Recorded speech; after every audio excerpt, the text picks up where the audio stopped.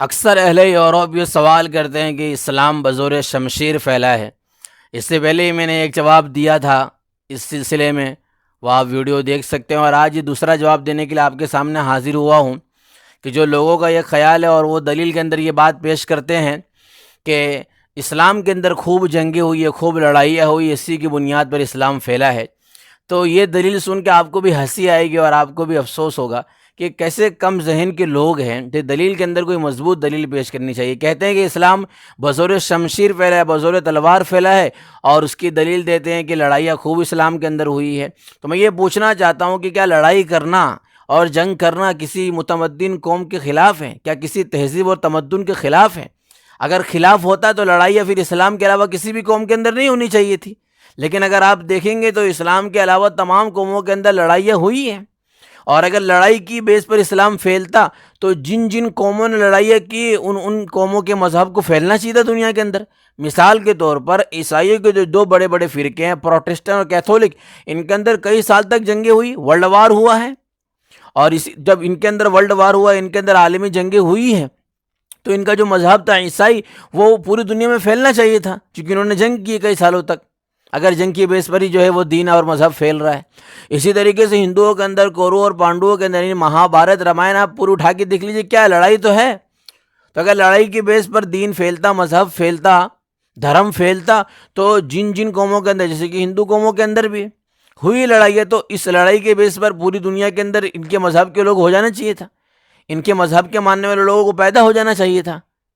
تو معلوم پڑا کہ لڑائی کے بیس پر اور صرف جنگ کے بیس پر دین نہیں پھیلتا ہے۔ اگر پھیلتا دین جنگ کے بیس پر تو جن جن قوموں نے لڑائیاں کی، جن جن قوموں نے جنگ کیے، ان تمام قوموں کے مذہب کو پوری دنیا کے اندر پھیل جانا چاہیے تھا۔ لیکن افسوس ہے دوستو کہ لوگوں نے یہ جو سمجھا ہے کہ بزور شمشیر پھیلا، یہ خود بھی جو ہے یہ دلیل نہیں بن رہی ہے۔ یہ خود بھی ذرا تاریخ کا مطالعہ کریں گے، ان کے یہ بات معلوم پڑ جائے گی کہ ہماری دلیل بالکل کمزور ہے۔ یہ دلیل تو ایسی اس کو کچرے کے ڈبے میں اٹھا کر پھینک دیا جائے۔ اگر آپ غور کریں گے اسلام کیسے پھیلا ہے تو آپ جان سکتے ہیں کہ اسلام جو ہے ایک محنت کے بعد پھیلا ہے، یعنی جس کے اندر دین کی فکر ہوتی ہے، جس کے اندر دین کی کرن ہوتی ہے، اور آدمی سوچتا ہے کہ میرے پاس ایک نعمت ہے، میرے پاس ایک ایسی چیز ہے جس کو اگر میں لے کر جاؤں گا تو جنت کے اندر اعلیٰ مقام مجھ کو ملے گا۔ یہ چیز صحابہ نے سمجھی، اور یہ چیز آج کے زمانے کے اندر سچا پکا مسلمان وہ سمجھ رہا ہے کہ میرے پاس جو کلمے کی دولت ہے، جو کلمے کی نعمت ہے، بہت بڑی نعمت ہے، بہت بڑی دولت ہے، اس سے بڑی دولت کوئی نہیں۔ اگر یہ دولت ہی صرف میرے پاس رہی اور میں نے کسی کا حقوق نہیں مارا، اور جو غلط کام ہو میں نے نہیں کیے، سارے صحیح کام کیے ہیں، اور بھلے سے میں غریب ہوں، میں مالدار نہیں ہوں، میں پسماندہ حالات کے اندر ہوں، اور میری شکل اچھی نہیں ہے، میری لباس اچھی نہیں، لیکن ایک کلمے کی دولت اس کے پاس ہے، تو انشاءاللہ اللہ کی ذات سے امید ہے کہ اس کو جنت کے اندر اعلیٰ مقام ملے گا۔ اس نے یہ بات سمجھی اور اس نے یہ بات دوسروں کو سمجھائی، چاہے مسلمان ہو، مرد ہو یا عورت ہو۔ اس طریقے سے دین پھیلتا گیا، اور دین پھیلاتے رہے لوگ، اور اس طریقے سے لوگوں کو سمجھاتے رہے کہ آپ کے پاس مال نہیں تو کوئی حرج کی بات نہیں ہے، اسلام میں آنے کے لیے مال کی ضرورت نہیں ہے، آپ کے پاس کپڑا نہیں، لباس نہیں، کوئی ضرورت نہیں، آپ کی شکل اچھی نہیں، کوئی حرج کی بات نہیں ہے، ہاں لیکن آپ کا دل پاک ہونا چاہیے، صاف ہونا چاہیے، اور وہ اللہ کے ہاتھ کے اندر ہے۔ آپ کو ظاہراً جو ہے وہ کلمہ پڑھ لینا ہے اور اسلام کے اوپر آ جانا ہے، اور اپنے دل کو اس کی طرف مائل کر لینا ہے۔ یہ دعوتیں چلی الحمدللہ، اور اس کے فکر صحابہ کے زمانے کے اندر بھی ہوئی۔ لوگ مسجدوں میں بیٹھ کر اپنے ماں باپ کے بارے میں بعد میں، پہلے ہی دین کے بارے میں سوچتے تھے کہ کس طریقے سے عالم کے اندر دین پھیل جائے، رونے لگتے تھے۔ آپ سوچ سکتے ہیں کوئی آدمی کونے میں بیٹھ کے کیا سوچے گا آج کے زمانے کے اندر، کسی لڑکی کے بارے میں، اور کسی پراپرٹی کے بارے میں، کسی جائیداد کے بارے میں۔ قربان جائیے صحابہ کے اوپر کہ اس زمانے کے اندر اکیلے میں بیٹھ کر، تنہائی کے اندر بیٹھ کر 3 4 دن ہو جاتے کھائے پیے، لیکن یہی سوچ رہے ہیں کہ کس طریقے سے یہ جو کلمہ ہے وہ لوگوں تک پہنچ جائے، اور اس کے پہنچانے کا آسان طریقہ کیا ہو۔ دوستو جس قوم کے اندر ایسے متفکر لوگ ہو تو کیا اس قوم کا مذہب پورے عالم کے اندر نہیں پھیلے گا؟ ضرور پھیلے گا۔ آپ بتائیے آپ کا بیک گراؤنڈ کیا ہے دین کو پھیلانے کا؟ آج آپ پیسوں کی بدولت لوگوں تک دین پہنچانا چاہ رہے ہیں، اور آپ زور کی بنیاد پر دین پہنچانا چاہ رہے ہیں، لیکن آپ کے مذہب کو ایکسیپٹ کرنے والے کوئی نہیں، اور جو ایکسیپٹ بھی کرتا ہے وہ کچھ دنوں کے بعد اس بات کو قبول کر لیتا ہے، اقرار کر لیتا ہے کہ نہیں یہ زور زبردستی والا مذہب ہے۔ لیکن چونکہ اسلام کے اندر زور زبردستی ہے ہی نہیں، آنے کے بعد بھی ہم نہیں کہتے کہ تم اس کے اندر رہو، اس کو سمجھ میں آتا ہے وہ رہتا ہے، اور چونکہ وہ حقیقت ہے، اور حقیقت کو جب آدمی قبول کر لیتا ہے تو اس کے بعد ساری چیز اس کے سامنے واضح ہو جاتی ہے۔ میں آپ کو اور بھی آگے بتاتا چلوں گا، اگر اسلام کے جنگی اصول آپ کو معلوم پڑ جائے تو آپ کبھی بھی نہیں بولیں گے کہ اسلام بزور شمشیر پھیلا ہے، اسلام بزور تلوار پھیلا ہے۔ آپ کو معلوم ہونا چاہیے کہ اسلام کے اندر یہ قانون ہے کہ جب جنگ کے لیے جا رہے ہیں تو سامنے عورتوں کو نہیں مارنا ہے، جو چھوٹے بچے ہیں ان کو چھوڑ دینا ہے، ضعیف جو عمر دراز لوگ ہیں ان کے اوپر ہاتھ نہیں اٹھانا ہے، صرف اپنے مقابل اپنے برابر کے لوگوں سے لڑائی کرنی ہے۔ قربان جائیے اسلام کے اس قانون کے اوپر۔ آپ کو معلوم ہے آج اب حقوق کی بات کرتے ہیں، عورتوں کے حقوق کی بات کرتے ہیں، آج اب کمزوروں کے اوپر ظلم خود کر رہے ہیں، عورتوں کے اوپر ظلم خود کر رہے ہیں۔ اسلام نے اسی وقت آزادی دی تھی کہ یہ عورت الگ چیز ہے،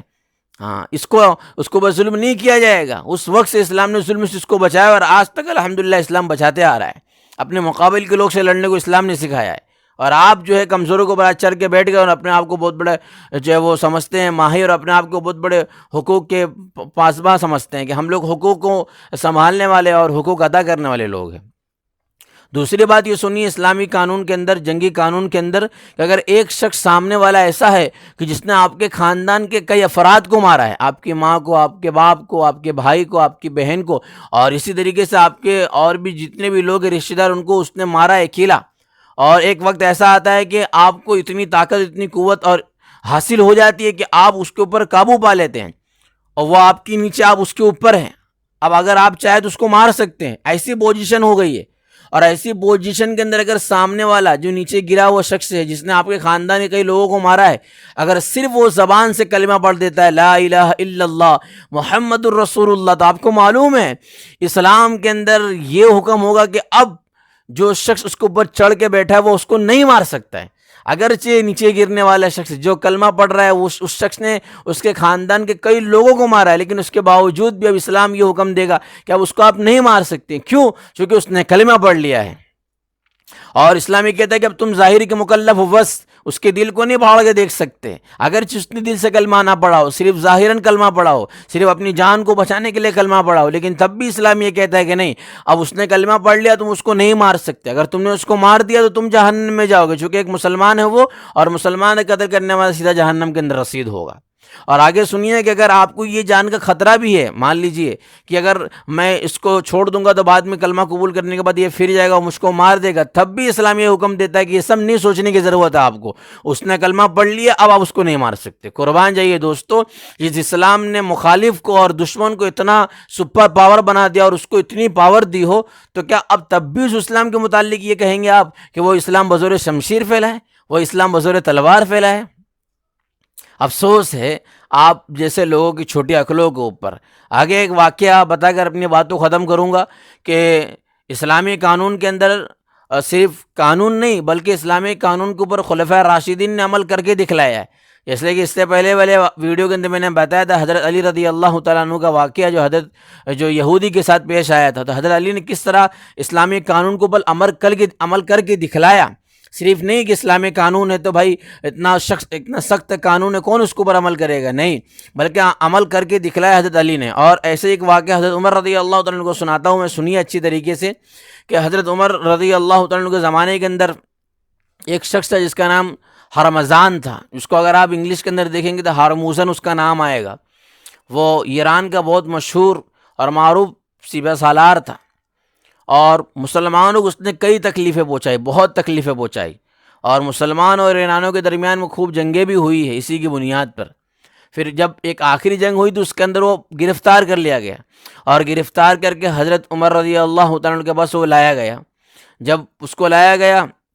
تو حضرت عمر نے اس کو اسلام پیش کیا اس کے اوپر، تو وہ اسلام اس نے نہیں قبول کیا، وہ اسلام قبول کرنے سے اس نے انکار کر دیا۔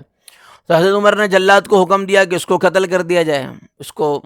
سیلوں پہ لٹکا دیا جائے۔ جب اس کو قتل کرنے کے لیے جلاد لے کر آگے بڑھا تو اس نے کہا کہ آخری خواہش ہے میری، ہرمزان نے کہا کہ میری آخری خواہش ہے کہ مجھے پانی پلا دیا جائے، میں پانی پینا چاہتا ہوں۔ تو حضرت عمر نے کہا کہ ٹھیک ہے، اس کی بات مان لی جائے۔ پانی لایا گیا اور اس کو دیا گیا پانی۔ جب پانی لا کے اس کو دیا گیا تو اس نے کہا کہ ہرمزان نے کہا کہ مجھے خوف ہے کہ میں یہ پانی پیوں اس سے پہلے جلاد مجھ کو قتل کر دے۔ تو حضرت عمر نے اعلان کر دیا کہ نہیں، جب تک یہ پانی نہیں پیے گا تب تک جلاد اس کو قتل نہیں کر سکتا، یہ میرا حکم ہے کہ جب تک یہ پانی نہ پیے تب تک جلاد اس کو قتل نہ کرے۔ بس یہ جملہ سننا تھا ہرمزان کا کہ ہرمزان نے اس پانی کے پیالے کو یا گلاس کو اٹھایا اور نیچے پھینک دیا، اور پھر حضرت عمر کو کہنے لگا کہ حضرت آپ نے کہا ہے کہ جب تک میں پانی نہیں پیوں گا تب تک جو ہے جلاد مجھے قتل نہیں کر سکتا، یہ آپ کی زبان ہے، تو اب تو میں نے پانی نیچے پھینک دیا ہے اور اب پانی کا پینا ناممکن ہے، لہٰذا اب آپ مجھے قتل نہیں کر سکتے، چونکہ آپ نے کہہ دیا جب تک پانی نہیں پئیں گے تب تک قتل نہیں کریں گے، اب تو پانی کا پینا ممکن ہی نہیں رہا، اب تو مجھے آپ قتل کر ہی نہیں سکتے اس اصول کے مطابق۔ تو حضرت عمر نے جب یہ بات دیکھی اس کی، اور ہرمزان کا یہ ہیلا اور یہ چال اس کی دیکھی، تو حضرت عمر مجبور ہو گیا، اور حضرت عمر نے کہا کہ ٹھیک ہے، ہم نے اس کو آزاد کر دیا۔ حضرت عمر رضی اللہ تعالیٰ عنہ نے اس کو آزاد کر دیا، اور ہرمزان کو پورا یقین تھا کہ حضرت عمر اپنی زبان سے اور اپنے جملے سے نہیں پھریں گے، انہوں نے کہہ دیا ہے کہ جب تک پانی نہیں پیے گا تب تک قتل نہیں کیا جائے گا، تو یہ ان کی بات جو ہے وہ مہر ہے، یہ پتھر کی لکیر ہے، یہ نہیں ہٹیں گے اپنی بات سے۔ جب حضرت عمر نے اس کو آزاد کر دیا اپنی اس بات کے اوپر، تو ہرمزان اس کے بعد آزاد ہونے کے بعد وہ اسلام قبول کر لیا اس نے، اور اس نے کہا کہ عجیب یہ دین ہے، اور یقیناً یہی دین برحق ہے جس کے اندر دشمن، جس کے اندر مخالف کی بات کی اتنی رعایت کی جا رہی ہے۔ ایک آدمی اپنی دوست کی اور اپنے خاندان والوں کی اور اپنے آس پڑوس کی اور اپنے فیملی کے لوگوں کی بات اتنی نہیں مانتا ہے، لیکن یہ کیسا دین ہے، کیسا مذہب ہے کہ میں تو مخالف تھا، میں نے تو مسلمانوں کو خوب تکلیفیں بھی دی ہے، اور میں تو بہت بڑا سیپا سالار تھا، میرے وجہ سے کئی نقصانات بھی ہوئے ہیں، تو اگرچہ میں نے ایسا بول دیا لیکن اس کے باوجود بھی مجھے مار دینا چاہیے تھا، لیکن میں نے صرف ایک جملہ کہا تو میرے جملے کی اتنی قدر کہ میرے کو اس کی بنیاد پر آزاد کر دیا گیا، تو یقیناً یہ دین برحق ہے۔ یہ سارا منظر دیکھ کے اس نے اسلام قبول کر لیا، اس نے کلمہ پڑھ لیا۔ تو دوستو، میں یہ بتانا چاہتا ہوں کہ آپ بتائیے کہ یہاں پر حضرت عمر نے کون سی تلوار چلائی تھی، یہاں جلاد نے کون سی تلوار چلائی تھی؟ یہ بغیر تلوار ہی کی تو دین پھیلا ہے۔ کیا دیکھ کر دین پھیلا ہے؟ اخلاق کو دیکھ کر، اسلامی قانون کو دیکھ کر، اور اسلامی سسٹم کو دیکھ کر۔ تو بس یہی چیزیں ہیں، وہ تب بھی تھی اور وہ ابھی بھی ہیں، اور ابھی بھی لوگوں کے سامنے یہ چیزیں موجود ہیں، جو کہ اسلام تب سے ہے اور آپ انشاءاللہ آخرت تک رہے گا، جب تک آخر وقت تک رہے گا، جب تک کہ قیامت نہ قائم ہو جائے، تو تب تک لوگ یہ چیز دیکھتے رہیں گے۔ جو کوئی بھی سچا پکا مسلمان ہوگا اور اچھی طریقے سے دین کو پھیلائے گا، اور جو اسلامی قانون ہے وہ لوگوں کے سامنے صحیح طریقے سے، صحیح طور پر پیش کرے گا، جس طریقے سے پیش کرنا چاہیے، اور خود بھی اس کے اوپر عمل کرے گا، تو اللہ کے ذات سے ضرور امید ہے کہ جب اس وقت بغیر شمشیر کے پھیلا تو اس وقت بھی بغیر شمشیر ہی کے پھیلے گا، اور پھیلتے چلا جائے گا۔ بس ضرورت اس بات کی ہے کہ ہم حقیقی معنوں میں جس طریقے سے